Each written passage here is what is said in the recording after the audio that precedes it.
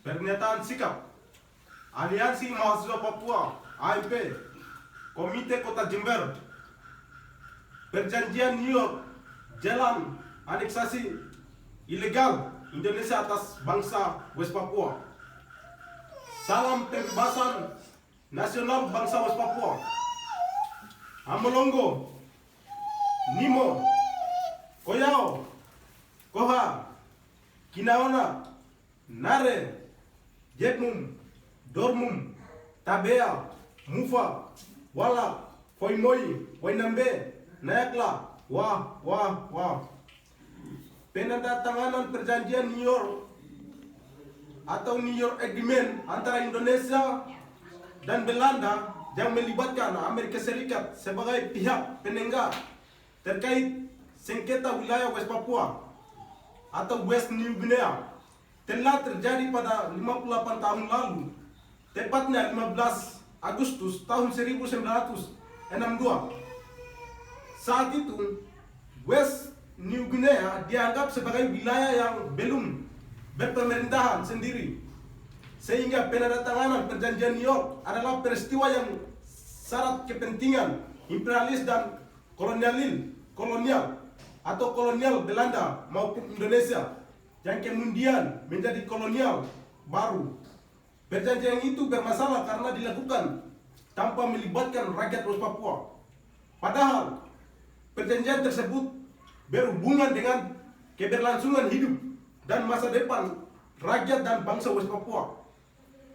Perjanjian yang mengatur masa depan wilayah West Papua ini terdiri dari 29 pasal yang mengatur sedikit 3 macam hal, di mana pasal 14 sampai dengan 21 mengatur tentang penentuan nasib sendiri atau self-determination yang didasarkan pada praktik internasional, yaitu satu orang satu suara atau one man one vote.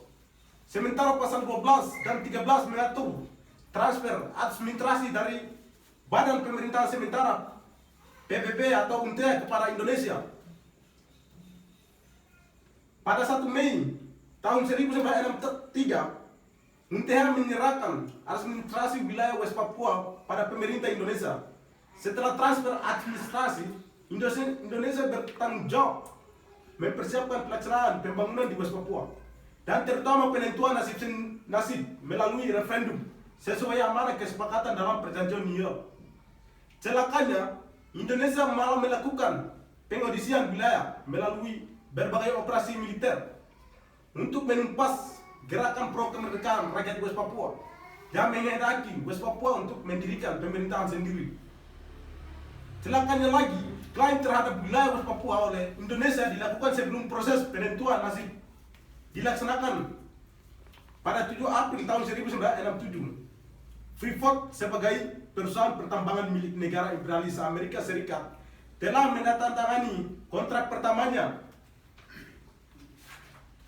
dengan pemerintahan Indonesia. Sementara PPRA sebagai pengejawantahan referendum yang juga bermasalah itu baru digelar 2 tahun setelahnya. Pelaksanaan penentuan pendapat rakyat atau PPRA dilakukan secara tidak demokratis, di mana hanya 1,26 orang jiwa yang sebelumnya sudah dikarantinakan di bawah tekanan todongan senjata, intimidasi dan teror untuk memilih integrasi ke NKRI, sehingga cuma 175 orang yang memberikan pendapat dari kurang lebih 800.000 orang Papua yang memiliki hak suara saat itu. 60 tahun telah berlalu sejak penandatanganan perjanjian New York. Indonesia masih berupaya menancapkan pengaruhnya di tanah West Papua melalui kebijakan otonomi khusus atau OSUS. OSUS di Papua sudah berusia hampir 20 tahun lamanya.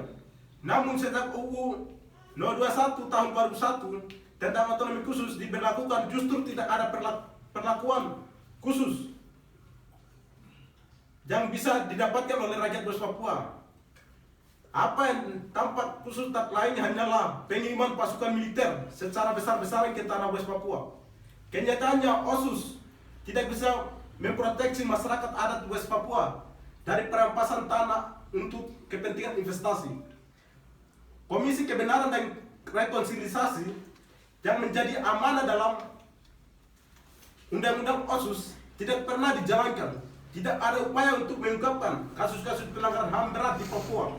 Sementara dari tahun ke tahun kasus pelanggaran HAM terus bertambah. Di tengah badai protes penolakan OSUS, namun 3 Juni 2022 pemerintah juga mengesahkan RUU DOP untuk Papua tanpa mempertimbangkan aspirasi rakyat dan mahasiswa Papua, karena OSUS dan DOP adalah paketan produk kolonial yang tak lebih dari sekedar alat untuk meredam aspirasi politik rakyat Papua yang menghendaki hak menentukan nasib sendiri. Upaya-upaya untuk meredam aspirasi politik rakyat Papua tidak hanya dilakukan dengan bujukan gula-gula OSUS dan DOP yang terus dipaksakan, namun penangkapan dan pemenjaraan dengan pasal makar dan pasal karet lainnya terhadap orang Papua maupun aktivis yang berbicara isu Papua menjadi incaran terus berlanjut.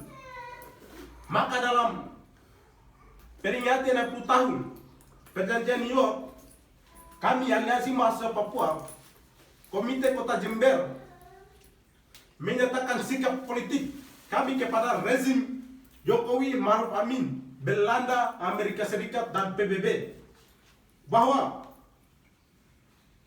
1. Menggugat New York Agreement 15 Agustus tahun 1962. Gugat. 2. Indonesia, Belanda, Amerika, dan PBB segera bertanggung jawab atas kesepakatan ilegal. 3.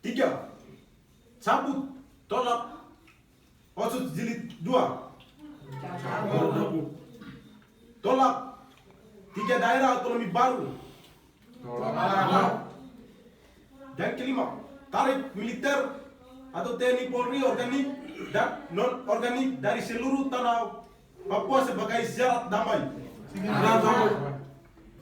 Yang keenam, tutup Freeport, BP, LNG, Tangguh, MNC, dan yang lainnya yang merupakan dalam kejahatan kemanusiaan di atas tanah Papua. Yang ketujuh, Indonesia, Belanda, Amerika Serikat harus bertanggung jawab atas penjajahan dan pelanggaran HAM yang terus terjadi terhadap bangsa West Papua. Yang ke-8, hentikan demilitarisasi West Papua. Yang ke-9, buka akses jurnalis internasional dan nasional ke West Papua. Yang ke-10, bebaskan Victor Jaimo, Alpius Bonda, dan seluruh tahanan politik Papua. Yang ke-11, stop teror, intimidasi, dan kriminalisasi mahasiswa Papua, aktivis HAM, Prodem, dan seluruh aktivis pembela kemanusiaan. Yang ke-12, berikan hak menentukan nasib sendiri sebagai solusi demokratis bagi bangsa West Papua. Demikian pernyataan sikap ini kami sampaikan demi merebut cita-cita pembebasan nasional. Atas perhatian dan dukungan seluruh rakyat Indonesia dan West Papua, kami ucapkan terima kasih. Salam pembebasan nasional West Papua, Medan Juang, Jember, 15 Agustus tahun 2022.